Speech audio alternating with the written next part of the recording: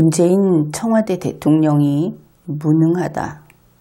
그것은 이미 세계적으로 공지의 사실이라고 합니다. 그런데 문재인 청와대 대통령은 그러한 세계인의 믿음을 다시 한번 확인시켜 주었고, 그러한 확인을 2019년 새해를 맞이하고 첫 일주일 동안에 해냈습니다. 그것은 주 중국 한국 대사를 해임한 것입니다. 문재인 청와대 대통령은 왜 그랬을까? 그는 아무 생각도 없는 사람이어서 그렇게 한 것일까? 이런 이야기들을 해볼 수 있겠습니다. 비서실장 갈아치우기 쇼로 리얼미터가 치솟게 해볼까? 우리가 문재인 청와대 대통령의 속마음을 한번 이야기해 보는 겁니다. 임종석 예는 버리고, 그런데 빈자리는 뭘로 채우지? 중국 대사에게 이 자리를 주면 시진핑이 좋아하겠지.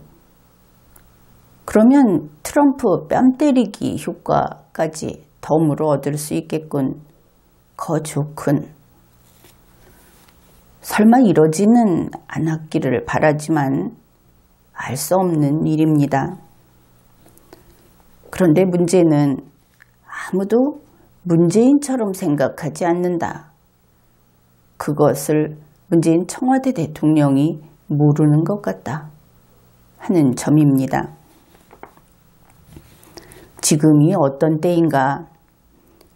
미국 트럼프 대통령이 김정은이와 2차 회담을 할 것이다 하는 이야기가 나오는 그런 때입니다. 김정은은 중국의 시진핑을 만나러 갔습니다. 뉴스 보도에 따르면 중국과 북한 양측의 입장을 미리 조율하기 위해서 갔다. 그렇게 보도합니다. 물론 이러한 뉴스를 토대로 겉모습은 그렇다 하고 칩시다. 중국과 북한 조율을 한다. 둘이 한 팀이다. 그런데 2차 회담을 하는 것은 중국과 하는 것이 아니죠. 결국 결전은 김정은이에게 있어서 결전은 트럼프 대통령과의 만남입니다. 그래서 그의 속마음은 이렇게 점쳐볼 수 있는 겁니다.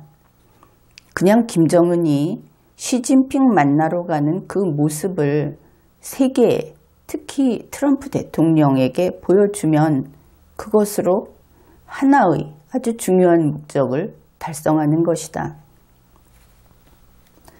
결국 김정은의 이러한 행동으로 그는 시진핑을 간지럽히고 그리고 트럼프 대통령을 자극하려는 것이다. 이렇게 생각해 볼 수 있는 겁니다. 김정은이 약은 건지 서툰 건지 그것은 두고 보면 알게 되겠지요. 바로 이러한 때에 우리가 반드시 해야 할 일이 무엇인가? 특히 문재인 청와대 대통령이 외교적으로 반드시 해야 하는 일이 무엇인가? 김정은이가 돌아간 뒤의 중국, 그것이 한국에게는 중요합니다. 김정은이의 얼굴을 한번 보는 것이 중요한 것이 아니라 김정은이가 중국에 왔다. 그 사실을 알고 있는 것, 그것으로 만족할 것이 아니라 그런데 이때 문재인 청와대 대통령은 주 중국 대사를 해임하고 그것도 모자라서 급하게 한국으로 불러들였습니다. 만일 이번에 김정은이가 주 중국 대사를 한번 보자 하고 부를 수도 있는 일 아닙니까? 그때는 어떻게 할 것인지. 물론 그런 일이 있다면 다 문재인 책임입니다. 노영민 대사는 이제 대사는 그만두었는데 그가 이렇게 이야기를 했습니다. 1월 10일 문재인 청와대 대통령 기자회견에 참석해야 해서 서둘러 돌아와야만 했다. 그리고 그는 2019년 1월 8일 오전 11시 5분 한국에 돌아왔다고 뉴스가 나왔습니다. 그리고 바로 임명이 되었죠. 비서실장에 임명이 되었습니다. 노영민은 또 이렇게 이야기를 했습니다. 김정은이 온다고 해서 노영민 자신을 위한 환송식도 연기하고 김정은 오는 그 상황 파악하는데 주력했다. 그래서 1월 7일에 오려고 했는데 1월 8일에 한국에 입국하게 됐다. 물론 노영민 보고 잘했어요 하기는 어렵지만 어떻든 그에게 무슨 죄가 있겠습니까? 다 모자란 문재인 탓이지. 문재인 청와대 대통령이 이랬을까라고 우리가 생각해 본 것 중에서 중국이 노영민을 대통령 비서실장으로 데려가면 주중대사가 영전했다고 좋아할까 하는 부분이 있었습니다. 그런데 그것은 그렇지 않습니다.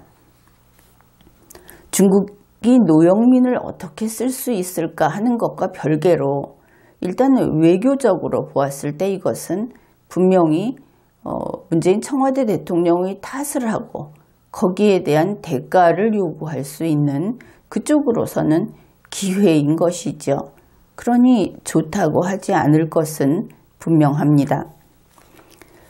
말하자면 일단 시진핑에게 주중대사를 줬다가 그 사람이 거기에서 무슨 문제를 만든 것도 아니고 한데 그냥 자기 마음대로 뺏은 것이죠. 시진핑이 이 사람 주중대사로 보내겠다 어떠냐 했을 때 오케이 하고 받아줬는데 문재인이 해임하고 그냥 불러와 버린 겁니다. 시진핑이 한 대 맞은 것이지요. 사전 양해를 구했다고 하더라도 이것은 달라지지 않습니다.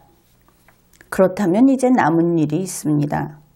문재인 청와대 대통령은 이와 같은 행위를 한 데 대해서 그 값을 치러야 하겠죠. 중국에게 무엇인가를 갖다 바쳐야 할 겁니다. 특히 중국과 같은 성격 나쁜 이웃의 경우에는 준상전 노릇을 하는 이웃에게는 공짜는 없죠. 빌미만 잡히면 항상 갖다 바쳐야 하는 겁니다. 예를 들어서 미국은 주 한국 대사를 한동안 안 보냈습니다. 그러면 중국은 어떻게 할 것인가? 주 중국 대사를 한동안 안 받을 수도 있지 않는가? 처리를 늦게 하고.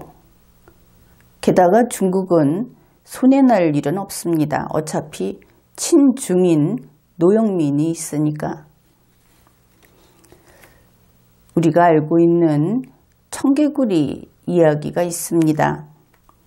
아주 말을 안 듣는 청개구리 아들이 걱정스러운 청개구리 엄마 청개구리는 자기가 세상을 뜨게 됐을 때 유언을 하죠. 내가 죽거든 물가에 묻어달라. 그 엄마 청개구리는 그렇게 하면 물가에 묻지 않고 물에서 먼 곳에 묻어줄 것으로 항상 반대로만 하는 청개구리였으니까 그것을 기대하고 유언을 했는데 이번에는 어떻게 된 건지 하던 짓도 또 때에 따라서는 안 해서 또 일을 그르치는 그런 경우여서 곧이곧대로 물가에 묻었다고 합니다. 그래서 비만 오면 청개구리는 그 엄마 무덤이 떠내려 갈까봐 운다고 하죠. 어떻든 청개구리 아들이 그래도 효자였구나 이렇게 편들지는 마십시오. 그냥 머리가 나빴다. 이렇게 냉정하게 이야기할 수밖에 없을 것 같습니다. 그런데 문재인 청와대 대통령은 바로 이 아들 청개구리 같이 보이지 않습니까? 물론 그는 좀 다르기는 다르지요.